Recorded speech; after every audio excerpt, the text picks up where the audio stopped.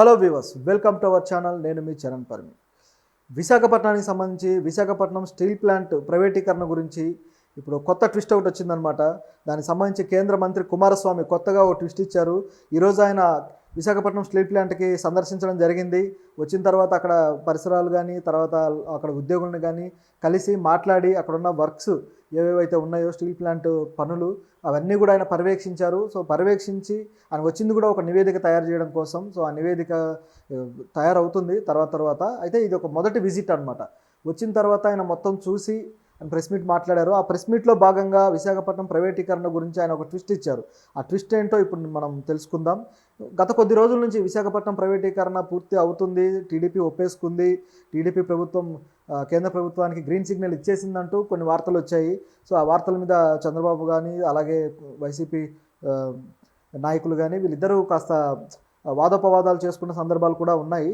అయితే గత కొద్ది రోజుల నుంచి రీసెంట్గా డెక్కన్ క్రానికల్ ఒక వార్త రాసింది. విశాఖ స్టీల్ ప్లాంట్ ఇక ప్రైవేటీకరణ అవుతుంది, దానికి అంగీకరించినట్టుగా. దాంతో ఒక దుమారం రేగింది. అసలు ఆ ఆర్టికలే పెయిడ్ ఆర్టికల్ అంటూ టీడీపీ నాయకుడు లోకేష్ మాట్లాడడం కానీ అలాగే ఈ చంద్రబాబు గారు చేస్తున్న అభివృద్ధిని చూడలేక ఇలా వ్యాఖ్యానిస్తున్నారంటూ ఆయన చెప్పడం జరిగింది. దీనికి ఆయన బ్లూ మీడియా లేదా బ్లూ జర్నలిజం అని పేరు కూడా పెట్టారు. అయితే అలాగే దీన్ని నిరసిస్తూ వీళ్ళు ఇట్లా మాట్లాడడము అలాగే వీళ్ళు వార్తని నిరసిస్తూ టీడీపీ శ్రేణులు అక్కడ గందరగోళం చేయడము డెక్కన్ క్రానికల్ ఆఫీస్ ముందు ఇదంతా చూసాం. అయితే దీని మీద కూడా మళ్ళీ వైసీపీ నాయకులు కూడా వ్యాఖ్యానించడం జరిగింది. జగన్ దీన్ని ఖండించారు. ఇదంతా అవుతుంది. సో ప్రజల్లో ఒక డైలమా, ఒక కన్ఫ్యూజన్ క్రియేట్ చేసి పెట్టారనమాట. ఇది ప్రైవేటీకరణకి టీడీపీ అంగీకరించిందా, ప్రైవేటీకరణ జరుగుతుందా, అసలు ఏంటి అని చెప్పి ప్రజలు డౌట్లో ఉన్నారు. ఇప్పుడు వీళ్ళ డౌట్కి క్లారిఫికేషన్ ఇచ్చే మాట కేంద్ర మంత్రి ఉపయోగించారు. నిజానికి ఆయన ఏమన్నారంటే చంద్రబాబు గారు అయితే ప్రైవేటీకరణ జరగదు అని చెప్పేసి మొదటి నుంచి అంటూ ఉన్నారు. ఈరోజు ప్రెస్ మీట్లో కూడా అదే అన్నారు. అదే కుమారస్వామి ఏమన్నారంటే ఆయన కూడా ఇది ఆంధ్రుల హక్కు, ఇది ఎంతోమంది ఉద్యోగులు దీంట్లో కష్టపడి చేస్తూ ఉన్నారు. సో ఉద్యోగులని అలాగే స్టీల్ ప్లాంట్ని కాపాడుకోవాల్సిన బాధ్యత మన మీద ఉంది. సో దీని భద్రత కోసం మేము పనిచేస్తాము అని చెప్పేసి ఆయన చెప్పడం జరిగింది. సో దీన్ని సంరక్షించుకోవడానికి నేను పాటుపడతాను అని చెప్పి ఆయన అన్నారు. సో ఈ సంరక్షించుకోవడం అనే దాంట్లోనే డౌట్ క్రియేట్ అవుతుందన్నమాట. ఏంటంటే ఇప్పుడు దేనైనా సంరక్షించాలి అనే పరిస్థితి ఎందుకు వస్తుంది? అది ప్రమాదంలో ఉంటేనే కదా సంరక్షించేది. మామూలుగా అయితే అవసరం ఏముంది? సో అది ప్రమాదంలోనే ఉంది. ఇంకా దాని ప్రైవేటీకరణ చర్చలు, ప్రైవేటీకరణ విధానం అలాగే ఉంది. కేంద్ర ప్రభుత్వానికి అదే విధానంలో ఉందనేది ఇక్కడ స్పష్టమవుతుంది. ఆయన కాబట్టే సంరక్షించుకుంటాము అని చెప్పి ఆయన మాట్లాడడం జరిగింది. ఆంధ్రప్రదేశ్కి వచ్చాడు కాబట్టి ఆయన ఈ డైలాగులు వేశారు. అదే ఢిల్లీకి వెళ్ళిన తర్వాత ఏ డైలాగులు వేస్తారో చివరికి తెలియదు. దీంతోపాటు ఆయన అన్న విషయం ఏంటంటే మరొక 2 నెలల్లో మేము దీనికి సంబంధించిన నివేదిక మొత్తం సమర్పిస్తాము. సో ఆ నివేదిక సమర్పించిన తరువాత అప్పుడు ప్రధానమంత్రి గారి ఆధ్వర్యంలో ఆయన నిర్ణయం తీసుకుంటారు స్టీల్ ప్లాంట్ గురించి అన్నారు. సో ఇక్కడే తేలిపోయింది. అంటే ప్రధానమంత్రి ఇంకా నిర్ణయం తీసుకోలేదు స్టీల్ ప్లాంట్ ప్రైవేటీకరణ అనే అంశం మీదనే. వాళ్ళు గతం నుంచి ఏ అంశం మీద అయితే చెప్తూ వస్తున్నారో అదే అంశం మీద ప్రధానమంత్రి ఉన్నారు అనేది అర్థమైపోతుంది. వాళ్ళు అదే స్టాండ్ మీద ఉన్నప్పుడు ఇక ప్రైవేటీకరణ అవ్వదు అని టీడీపీ శ్రేణులు ఎలా ఉంటున్నాయి? అది చేయడం లేదు అని ఎలా చెప్తున్నారు? ఎన్డీఏ గవర్నమెంట్ చేయదు అని చెప్పేసి నేను అంటున్నారు అనమాట చంద్రబాబు గారు. ఆయన ఎన్డీఏ గవర్నమెంట్లో భాగస్తులు అయ్యి ఉండొచ్చు, కానీ మోడీని ఇన్ఫ్లుయెన్స్ చేసే కెపాసిటీ ఆయనకు ఈ విషయంలో ఉన్నట్టు కనబడడం లేదు. ఎందుకంటే ఒకవేళ కనపడితే కుమారస్వామి ఈరోజే ఈయన కేంద్ర మంత్రి, పైగా అదే బాధ్యతల మీద వచ్చిన వ్యక్తి ఈయన కుమారస్వామి భూగర్భ గనుల శాఖ మంత్రిగా ఆయన తన బాధ్యతలతో నివేదిక కోసం ఇక్కడికి వచ్చి మొత్తం సమీక్షించారు.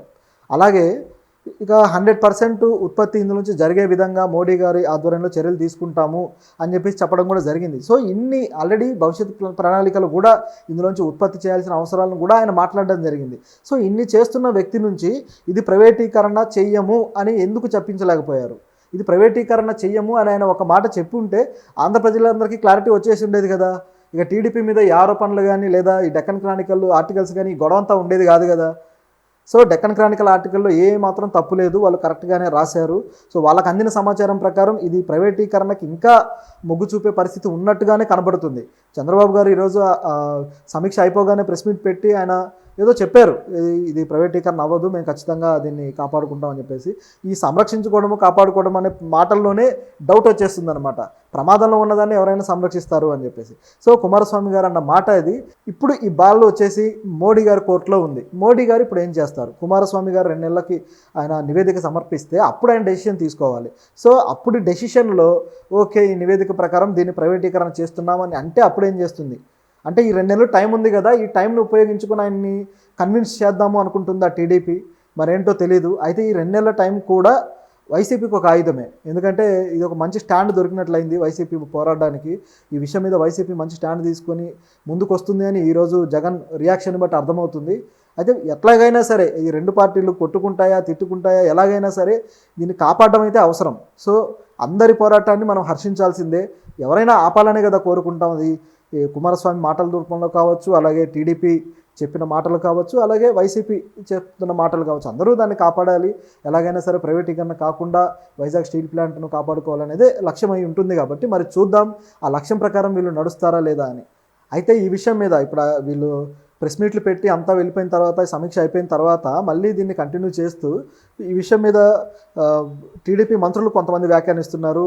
వైజాగ్ ఎంపీ శ్రీభరత్ ఆయన ఏమన్నారంటే, అసలు డెక్కన్ క్రానికల్కి ఎవరు సమాచారం ఇచ్చారు, ఎలా వాళ్ళు ఆ వార్తలు రాస్తారు, ఇదంతా అబద్ధమని ఈ రోజుతో తేలిపోవట్లేదా అని మాట్లాడారు. నిజానికి ఇప్పుడు జరిగింది సమీక్ష మాత్రమే. ఈ సమీక్ష వల్ల ఏం తేలుతుంది? ఏమీ తేలదు. కానీ ఆయన మాట్లాడింది ఎలా ఉందంటే, వీళ్ళు కావాలనే వార్తలు రాస్తున్నారు, దీని మీద మేము చర్యలు తీసుకుంటామని కూడా ఒక రకంగా బెదిరించినట్టుగా మాట్లాడారు. వాళ్ళని మేమేమీ అనలేదు కదా, ఎలా రాస్తారంటూ. సో ఒకళ్ళు అంటేనో ఒకళ్ళు అనకుండా ఉంటేనో, లేదా ఒకళ్ళ మీద పగబట్టి వార్తలు రాయడం ఉండదు కదా. అలాంటి వార్తలు సరే కొన్ని పత్రికలు చేస్తున్నాయి అనుకోండి, కానీ ఇక్కడ గమనించాల్సింది ఏంటంటే అక్కడ వాస్తవం కనిపిస్తూ ఉంది. కేంద్ర మంత్రి వచ్చి క్లారిఫికేషన్ ఇవ్వట్లేదు అనేది కూడా ఆ మంత్రికి అర్థమై ఉండాలి, శ్రీభరత్ గారికి. సో మరి వైజాగ్ మంత్రులు కూడా ఒకటే పాట పాడుతున్నారు. నిజానికి వాళ్ళ బాధ్యతే ఇది. వాళ్ళే దీన్ని ముందుండి ఎలాగైనా సరే ఆపాల్సిన కర్తవ్యం వాళ్ళలో ఉంది.